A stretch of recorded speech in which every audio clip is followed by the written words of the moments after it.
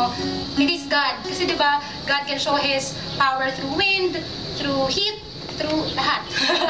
Kasi nga sabi nga dito, sa Revelation 4:11, you created everything, and it is for your pleasure that they exist and were created.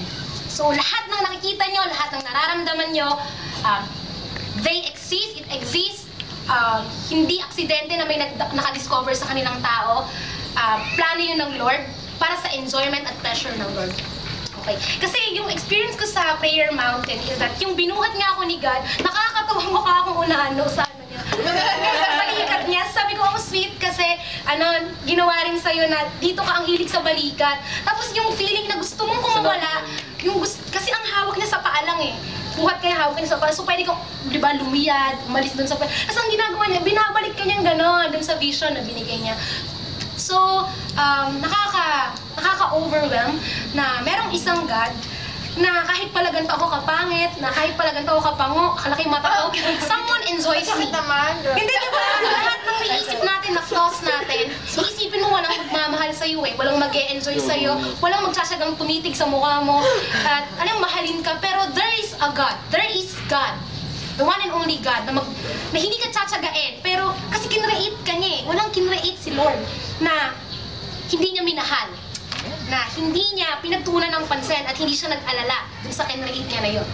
And gusto nang iparating sa inyo ngayon ng Lord is that He cares for you and He loves you. Okay, doon naman tayo sa kabilang side. Okay, doon tayo sa enjoyment ng Lord. So sabi ng Lord sa Psalm 149:4, the Lord takes pleasure in His people. So, hindi ka kinreate ng Lord dahil kailangan ka niya. Tingin mo, kinreate ka ng Lord, ikaw kunyari Lem, andito ka. Ay, kinreate ko si Lem kasi... Nemwell. Sorry po, Lord. Lem. Halimbawa. Ano? Yan. Nemwell. Nemwell. Nemwell. N yung start. N-E. N-E. Nemwell. Ano ko Nemwell? And back to the regular programming. So, hindi ka kinreate ng Lord dahil kailangan ka niya. Hindi niya na-foresee na sabi ng Lord, on June 22 ba kayo? 23, 2013, kailangan ko si Nemwell na nakaupo dyan. Hindi naman ganon. So, kinreate ka niya for His pleasure and His enjoyment. Hindi dahil kailangan ka niya, kundi gusto niyang mag-enjoy, na nandyan ka. Wala lang. Saan nyo eh? Nagsisimula na yan, okay? Okay. So you exist for His benefit, for His glory, for His purpose, and for His delight. Ano ba yung glory? Parang ang lalim, no? So, yung glory means yan for us to honor Him and to praise Him. So, God gave you 5 emotions. Ay, di pala. God gave you emotions and senses, katulad ng mata, maramdaman, para ma-enjoy mo yung pleasure. Halimbawa, ang balot, hindi nyo yan ma-enjoy. Diba? Yung sarap ng balot. Kung tama, kung titignan mo lang. Kaya God gave you the sense of taste. Diba? Para ma-enjoy mo yung lasa ng balot. So, ayun. Bakit mo ba ina-enjoy yung mga pleasure na to? Kasi you were created in His image. Ibig sabihin, hindi lang pala tayo nagtitake pleasure. Siya rin dapat nag-e-enjoy. So, tatanungin nyo, paano siya mag-e-enjoy? Tititigan na lang tayo? Well, actually, yung katulad ng naramdaman natin ngayon, nag-e-enjoy siya dahil nangungulit siya. Iyayakap niya tayo, nag-joke siya sa atin, pinaparamdam niya yung init ng katawan niya. Alam mo yun? And that's the great thing about our Lord. Hindi siya yung distant God na pinopromote ng religion, pero siya yung God na pwede mong makaklose, na pinopromote ng relationship natin sa Kanya. So, worship. Come on. Worship. Anong lumalabas sa isip niyo pag sinabing worship? Alive? Hey! Gano'n? Kasi natatawa ka sa ate kasi nasabi niya, oh, punta ka naman sa alive mo. Parang ang sakit, pero... Alam niyo ba yung alive? Ano ba yung kuya? Hindi niya alam. Para saan ba yung... Alive siya na yun. Alive! Jesus, it's alive. Pero actually, it's old Christian worship song, rejoicing song. Hindi siya yung tipong hindi siya Catholic, hindi siya charismatic. It's a old Christian, yung mga 1980s. 'Yon, mga ganun. Yun. Kung ngayon uso ang mga Let the Praises Ring, di ba? Dati, malay na nga natin yan.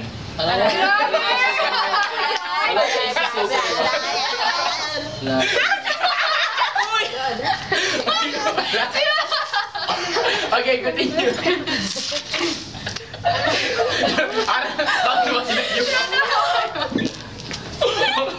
Okay, guys, start. Wala yun. Okay, game, go. So worship, pwedeng sabihin nilang yung mga hindi nakaka-experience sa relationship with the Lord, sabihin nila, alive. Yan na naman yung soul mo, iyak-iyak. Worship. Pero, tas dito tayo, syempre kahit tayo Kristiyano, ang tingin natin sa praise and worship, yun yung kantahang part ng service eh. Tama ba? So, siguro ang gusto ng Lord is yung ma-change yung mindset natin with that. Na ang praise and worship, sige, yung muna. Anything that brings pleasure sa Lord ay tinatawag na worship. Anything that brings pleasure. Ibig sabihin yung kahit pagngiti mo lang, basta you do it in spirit and in truth at hindi ka nagpapanggap sa sarili mo, it's worship. Anything that you do. So, pangalawa, worship, praise and worship is far more than music. So, gusto ko na malaman nyo na kahit wala yung gitara na yan, kahit wala tayong flute, kahit wala tayong bass, kahit wala tayong anumang instruments, we can worship the Lord. And that worshiping, kasi ang iniisip ng iba, diba, sabi, uy, ang sarap naman ng worship ngayon, nakaka-enjoy, ang solemn-solemn, o kaya, ang saya-saya si rock and roll, diba, gano'n? Pero, praise and worship, yun nga, it is anything that brings pleasure sa Lord. Tapos, worship is often misused to refer to a particular style of music. Yung worship, diba, solemn. Pag sinabing worship, yun yung mabagal eh. Pag sinabing praise, yun yung mabilis, yung nakaka-enjoy. So, hindi yun. So, God loves all kinds of music because He invented it all. It is offered to God in spirit and in truth.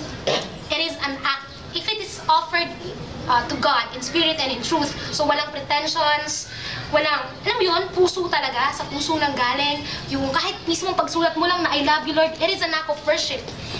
Kahit yung pagtulong mo sa kapwa mo, it is an act of worship, basta ginawa mo in spirit, alam mo yun, dinedicate mo sa Lord, sabihin mo sa Kanya, Lord, gusto ko tulungan yung batang yan. Tapos ang tanong mo sa sarili mo, ano ba yung tumulong na ako for the sake na mapahanga ko yung mundo?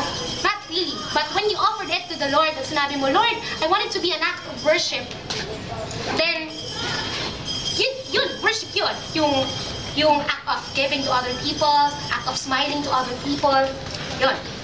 Tapos, music style you like best says more about you. So, yung praise na yung worship na mabagal at praise na mabilis, hindi pala yung tumutukoy sa bigat ng presence na nahulog sa gitna ng service o sa presensya na gustong ibigay ng Lord, kundi yung music, yung pagkanta na nagustuhan mo, yun pa, minsan yun yung tumutukoy sa personality na meron tayo. O halimbawa, yung Let the Praises Sing. Ibig sabihin, kunyari, ring pala. Let the praises ring. Gustong-gusto ko yun. That is because it says something about my personality. Kasi masayahin ako, kasi bubbly ako, ganon. So yun. It doesn't talk about Jesus. It does talk about you. More of you. So sunod, worship is not for your benefit.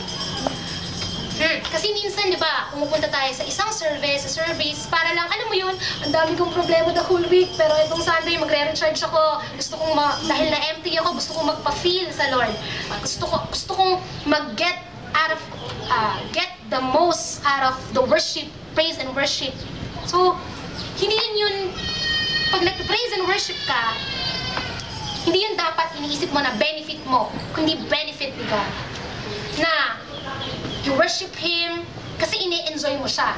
Hindi lang dahil kumakanta ka sa Kanya para ma-enjoy mo siya. Alam mo yun, kasi tayo parang baligtad Ang ginagawa natin, umaawit tayo para sa Kanya, nakikipag-fellowship tayo para sa Kanya, para i-enjoy natin siya. Mali, dapat mauna pala yung enjoyment natin sa Lord bago natin siya mapuri at masamba. Meaning, dapat yung pag-praise at pag-worship natin sa Lord, outflow lang nung love na nararamdaman natin mula sa Kanya. Okay ba tayo doon? Outflow. So, outflow. Tapos, when we worship, our goal is to bring pleasure to God, not to ourselves. So, pag inisip mo na, hindi ko feel yung praise and worship, yung pag-awit sa Lord, di ko feel yung fellowship, di ako pinapansin ng mga fellow churchmates ko. Ano ba yan? Ang boring ng service. Kasi, in-assess mo yung service, na para sa'yo, na ikaw dapat yung pag-benefit, na ikaw dapat yung ma-fulfill. Hindi mo ginol na dapat ang ma-fulfill si Lord. Tama? So, dapat when we are here in service, ang pinaka-goal natin is to really offer praises and worship and glory and honor sa Lord lang, hindi sa sarili natin. Okay, sunod, worship is not a part of your life. It is your life. So, this past week, I just want to share na naging struggle ko to. Kasi, alam mo yun, yung parang tingin mo sa sarili mo, ang galing-galing mo umawit. Tingin mo sa sarili mo, hindi, yung parang proud ka na, pag wala ako dyan, sure ako, hindi yan mga makakakante. Sure ako, walang presence dyan ng Lord. Yan, yung yabang nasa iyo na. And that's the thing na ayaw mangyari ng Lord. Kaya ang mangyayari, so nami-misinterpret natin yung galaw niya eh. Kung nandyan yung magkakasakit ako, wawalan ako ng boses. Hindi yun curse galing sa Lord. It is just to remind you na anak, baka nakakalimot ka na. Wala ka dyan, hindi dahil sa akin. Anak, baka nakakalimot ka na. I am the Father who created all things and willingly and has the ability to give it all to you if only you will humble yourself. Tapos minsan, parang pakiramdam ko ba ano mo yun? Nakatuon lang ako sa emotions ko, tapos pakiramdam ko, yung pagsamba ko tuwing Sunday sa Lord, parte lang siya ng buhay ko. Yung parang tuwing Sunday lang ako, routine. Tapos tuwing Sunday lang ako fruitful. Tapos tuwing Sunday lang ako magkakaroon ng visions, magtatangs. Tuwing Sunday lang ako, alam mo yun, mamamansin ng fellow churchmate, diba? So hindi tayo dapat gano'n, but it should be your life. Your life. Bakit? Tuwing Sunday ka lang babuhay? Diba? Parang tuwing Sunday ka lang babuhay? Hello, how about your Monday to Saturday? Patay ka? So, it's not the life that God wants for you. Gusto ng Lord buhay ka every second. Because Jesus went on you. Nasa iyo na si Jesus. And you do not belong to yourself anymore. You belong to Jesus. And the fact na kay Jesus ka, dapat buhay ka. Dahil alam mo yung kwento niya na He died and rose from the grave few days after He was put to the grave, diba? Dun sa burulan niya, sa libinan niya. So, in that, diba? Declare mo sa sarili mo na buhay ka. And this thing that is happening ngayong Sunday, dapat nangyayari sa akin to every day of my life. Every second of my life. And, with that, I believe, dun ka i-enjoy ng Lord. Yung, worship is not a part of your life, it is your life. This is the secret to a lifestyle of worship. Doing everything as if you're doing it for Jesus. Nakakatawa, sabi ng pamilya ko, sipag, laging alam mo yun kasi sa pamilya namin, lahat tamad eh. I don't declare in Jesus' name. Biglang bawi? Alam mo yun, ang sakit, kasi parang, ano ba yan, ako na lagi inuutom saan, ako na lagi inuutom, ganyan, ano ba yan? Parang gano'n, lahat ng pwede mong ireklamo nasa iyo na kasi ikaw lang yung kumikilos. So, without them knowing, pag pinupuri nila ako, thank you Jesus, parang gano'n. Pero, alam mo yun, sa loob ko, parang salamat Jesus, kasi alam ko na hindi ko magagawa yung paghuhugas ng pinggan na bukal sa loob ko kung wala ka sa buhay ko. Alam niyo ba, the secret ng ba't ako nakakapaghugas ng pinggan na nakangiti ako, once nakakatawa. Nagugas ako ng kaldero. Sabi ng kuya ko, ba't ka tumatawa? Tapos sabi ko, wala, natatawa ako sa'yo eh. Pero the truth, ang hirap kasi baka hindi niyo paniwalaan. Because he is an unbeliever. So, para sa akin, sabi ko na lang, Lord, thank you, nakita ko ng kuya ko nakasmile while doing this. Parang, alam mo yun, God, I believe, from then on, God took pleasure dun sa pagpunas ko ng kaldero. Na, alam mo yun, na kasi siya yung kausap ko't napangiti niya ako at I believe na pangiti ko siya. The fact na, alam mo, hindi ko siya, tinanggi ko man siya kasi alam ko di maintindihan eh. Siyempre, that's wisdom, diba? Na parang, alam nga namang, pilitin mo siya na maniwala, kausap ko Lord ko kaya ako natutunan. So, yun, tanggi mo, hindi naman sa itanggi, pero, switch mo so that hindi na maging curiosity para sa kanya na baka mag-cause pa ng condemnation between you and him. So, nakakatawa nga. Kasi, kaya ako nag-enjoy na magpunas ng sahig, na magwalis, kasi kausap ko yung Lord ko. Alam mo yun, living life na as if doing it for Jesus, yung kahit gumagawa ka ng assignment, debit. Jesus, ano ka na, debit? Yes, Jesus, credit. Ganon. So, nakakatawa. Sa accounting, kasi di ba parang sabi nila intrapersonal kasi pag accounting, dahil ko shinare, no? Pag accounting, di ba intrapersonal, kausap mo yung sarili mo, na sinasabi nila, loboling. Ganon. Pero, nakakatawa when you turn it as if you are doing it for Jesus na, oh, Jesus, debit! Credit! Parang gano'n. Sayang! Ito ako yun! Gagayain ko nila. Mamaya ba? Ay, so ba? Bakit? Why not? Kasi in-imitate ko lang din yung kay Paul, kay Jesus, di ba? Na lahat ng ginagawa mo kasama si God. Diba? Si God. Alam na yung assignment. Ano yun?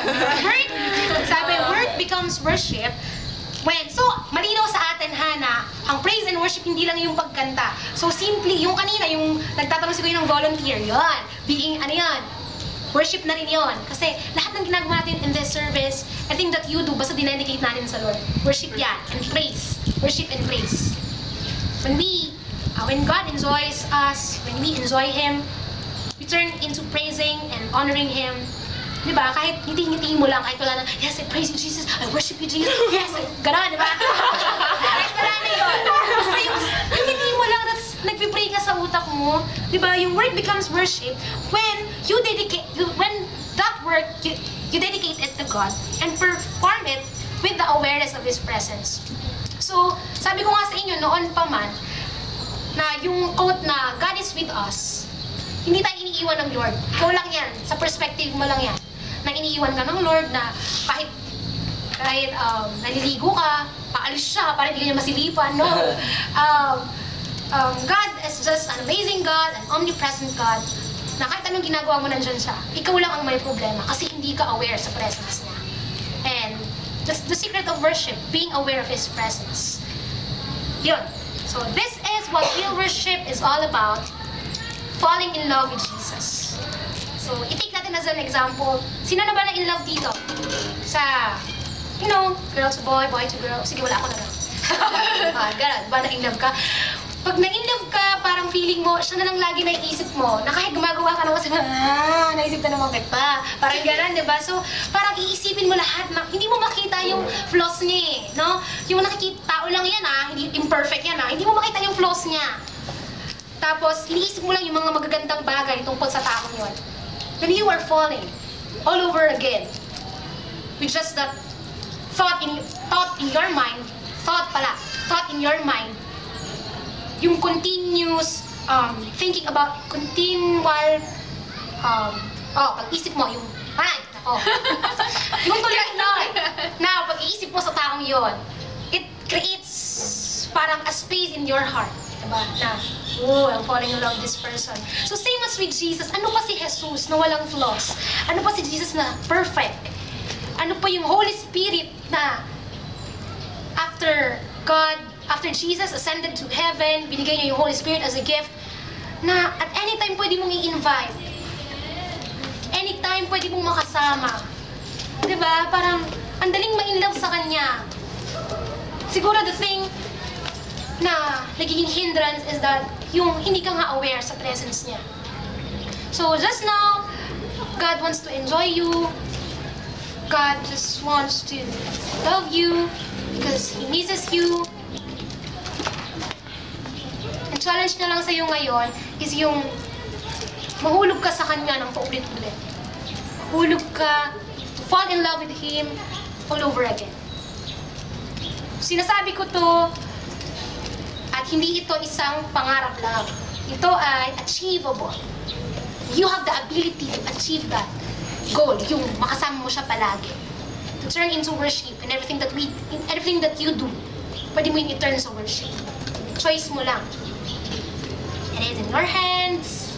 It is in your mind. Sabi nga, love the Lord your God with all of your heart. So, ang chief end, o yung end goal natin is to enjoy God. When we enjoy Him, you burst into praise. We burst into praise. So, hindi ko alam why God wants me to share this verse to you, yung Ephesians 4:4. Sige, ako na lang magbabasa. Lord, help me. Ephesians 4:4. Sabi ng Lord, there is one body and one spirit, just as there is one hope to which God has called you. There is one Lord, one faith, one baptism. There is one God and Father of all people, who is Lord of all, works through all, and is in all. So, anong dominant word? One. One. Sino yung main topic? Ang Lord. So, when we fall deeper sa Lord, mag-uugat. Ay, nag-ugat. Tapos, yung ugat niyan, paikot-ikot sa lupa. Paikot-ikot sa lupa. Tapos, yung ugat niyan, patuloy na lalalim at lalaki. Diba? Tapos, sa taas, magkakaroon niya ng branches. Tapos, leaves. Diba? Leaves tayo lahat. Kasi, without us knowing, as we go into worship every day of our lives, we become deeper sa Lord. And that LOVE, one day, makikita mo, may ellipse ka na lang. As you turn your head backward, makikita mo kung gaano ka nakalayo dun sa, from the very day na dinesire mo na mahalin si Jesus. Kasi you went deeper na. You had your branches na. You had your leaves na. And soon you will have your fruits. So, when you are in worship, okay lang na hindi ka alam nyo, yung pagtaas ng kamay, yung pag-take pleasure sa presence ng Lord. Huwag niyong tawanan because one day it will happen to you. You will know na you are resting in His praise. Kapag ginagawa, wala ka ng pakialam sa mundo mo. Wala ka ng pakialam dun sa sasabihin ng ibang tao. Basta, mabigyan mo lang at mapasaya mo, mabigyan mo ng delight yung Lord. That's how you will, and yun yung challenge about isa, this coming week, bawat gawa nyo, i-turn nyo sa worship. Be aware of His presence. Yan lang. So I just want to close this sa isang malupit na prayer. Bago may close. Sige po. Okay. So, as you're saying about worship, meron nila rin may sa akin si Lord eh. Okay. Meron nila rin may sa akin si Lord. It was, I forgot the year. I think it was year 2011. Kailan nagkaroon ng bombing sa Lasal? Yung bar exam. Alam niyo? Lasal ba yun? Sa tapat ng Lasal yun. Sa Lasal yun, sa tapat. Yung bar exam. Okay. Alam na balitaan niyo yan? Bombing? 2000. Okay. Okay. Kailan yan? Alam ko 2011 yata. 2010. 2010. Okay. Sino yung babae na sumikat? Naputulan ng ano? Sino siya? Riza. Si Raisa. Oo, parang ganun. Si Raisa, si Raisa. Kalimutan ko lang yung apelido. Okay. Kilala niyo si Raisa? Hindi si Raisa ulit. Okay. But si Raisa. Okay. This person, we're talking about worship. Okay. So, maybe, narinig niyo na ba ito yung story nito? Hindi pa? Okay. Maybe it's the first time maririnig niyo. Si Raisa po, ay worship leader ng Victory Ortigas. Part siya ng worship team during that time. So, ano nangyari? Dumating yung time, magche-check lang siya nang mag-iantay ng result about the bar exam, then unexpectedly, something happened. What happened? Out of a suddenly, wala siyang paa. And alam niya, sabi niya sa interview, alam niya, aware siya, wala siyang paa. Gising siya, hindi siya tulog. Gising siya. Of course, yung paa niya, nakadikit pa doon. Pero, alam mo yung tipong wala na. Yung wala ka na maramdaman. Yun. Kasi amputated naman siya eh. Hindi naman on the spot eh. So alam niya, eto raw ang nangyari. So, papunta siya dun sa ambulansya. Then, di ba, papunta siya sa ambulansya, tapos umalis siya dun sa tawag dun? Dinala siya sa PGH. Alam niyo kung ano nangyari? Dun sa PGH, meron siyang desisyon na kailangan gawin. Magreklamo worship. Ikaw, paputol pa mo. Ang gagawin mo? Ilan mo ba? Dalawa. Ang gagawin mo? Isip niya? Alam niyo kung ano yung ginagawa niya? Sa ambulansya siya, kumanta siya ng How Great is Our God. Ano yung How Great is Our God? How Great is Our God, di ba? Imagine, paputol ang paa mo, alam mo wala ka ng paa, alam mo pa maya-maya wala ka na, hindi mo nga alam kung mamamatay ka, mabubuhay ka, then you will sing with your last strength, How Great is Your God. She's singing it, I believe, hanggang mawalan siya ng malay. Sa ambulansya, papunta ng PGH. Ang kanyang ang pinalabas sa balita, she's 50-50. Right? Hindi po 50-50. It's 80-20. 20% ang chance mag-survive, 80% ang chance mamatay. Hindi pinakita sa balita yan. And it's a miracle na nabuhay. Ang bilis ng recovery niya eh. Ang bilis ng recovery niya eh. Take note nawalan siya ng paa. Morning. Tama? Okay. But ano sabi? Joy comes in the morning, right? Okay. Sadness may comes in the night, but joy comes in the morning. What happens next? Guess what? Nawalan siya ng paa. Yes, pwede siya malungkot. But eventually, gumaling siya. Nabuhay siya. And take note, she's one of the sought-out inspirational speaker. Di ba? Na bumisita kahit ang presidente sa kanya. Yeah? Na naging ano pa siya, isa sa mga people of the year. So, kita mo, bigla siyang pinomote ng Lord. Nawalan siya ng paa, oo, pero sobra pa sa paa ang binigay sa kanya. And ano yun? Something that will influence people's lives. So, ano ibig sabihin nun? Oo, maaaring may pinagdadaan ako ngayon, pero when you choose to worship the Lord in your life, okay? Yun nga yun, you dedicate something. Ay sa kanya, yes, maaaring ito na yung last strength ko, Lord, pero i-offer ko pa rin sa'yo. Right? Galing, no? So, what happened next? No, she's okay. She's studying law. Tinatapos niya yung kung ano kailangan niyang tapusin. And this person, pag ini-interview siya, alam ko, hindi ko pa alam din yung story na yun yung time na yun pero alam ko na may relationship to kay Jesus. Alam bakit? Kasi bukang bibig niya sa interview wala siyang bukang bibig, kundi salamat kay God, salamat kay God, salamat kay God. Alam mo yung ganun? So, ang hirap di ba, ang hirap sa atin, konting mo, wala ka na ng pera, reklamo ka na, di ba, kudusa ka lang, reklamo ka na. Alam mo yung tipong ganun? But this person is usapan na wala ng paa, but she decided to worship Jesus. As we end this part, all I want to leave, nag-share si Ara, nag-enjoy ba kayo sa preaching ni Ara? Okay. So, as Kuya Mike, asan yung inaabangan namin? Ayaw iparating ng Lord Abangan niyo lang muna yun, okay? Pero what's important is yung sa message. Okay? What's important is sa message. And guess what? Just by listening to the message of God, alam nyo, hindi naman lahat yun, sasabihin ko sa inyo, hindi naman lahat ng sasabihin namin sa inyo dito is maalala niya. Pero may mga striking words dyan na magre-retain dyan sa puso niyo. At maaaring iba yung kay Bubo, iba yung kay Gian, iba yung kay Rufa, iba-iba yan. May striking words na. Kung ano man yung nag-strike sa'yo, hawakan mo. Right? So, is there a reason to rejoice? Yes, there's always a reason to rejoice. And always remember this. When you choose to worship the Lord, hindi mo lang alam kung anong kapalit. Ano ang worship? More than a song. It's your life.